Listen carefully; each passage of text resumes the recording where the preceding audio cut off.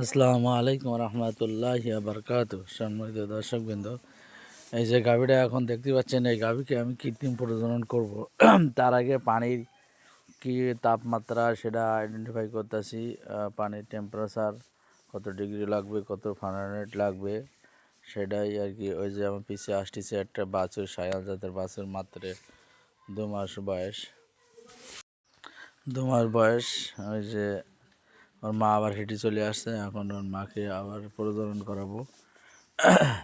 আমরা এর আগেই 2 ডাক ছেড়ে দিয়েছে, কারণ তখন যেমন একটা জমিতে একটা ফসল ওঠার পরে সেই জমিকে কিছুদিনের জন্য রেস্ট বা বিশ্রামে রাখতে হয়, তেমনি একটি গাভী বাচ্চা দেওয়ার পরেও তার কিন্তু 45 দিন রেস্টে রাখার প্রয়োজন। তারপরে যদি হিটে আসে, তারপরে তাকে কৃত্রিম প্রজনন করাতে হবে।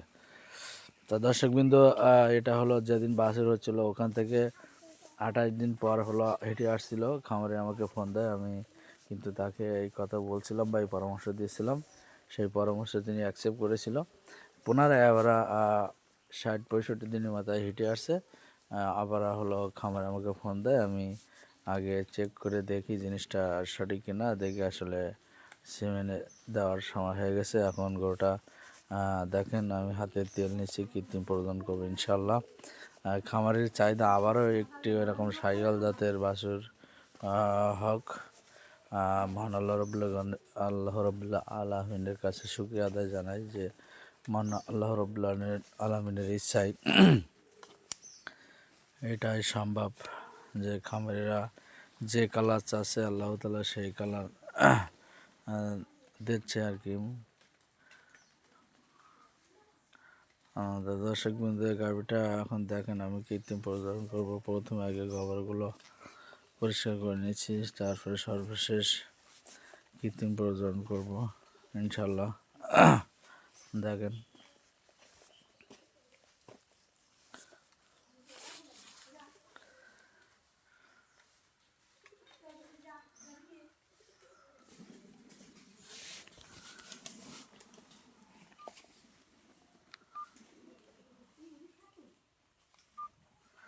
আলহামদুলিল্লাহ ভিতরে হাত দিয়ে পজিশন যারে আবারই সব দেখতেছি। ভিডিওটা দেখার জন্য ধন্যবাদ। আসসালামু আলাইকুম রহমতুল্লাহ।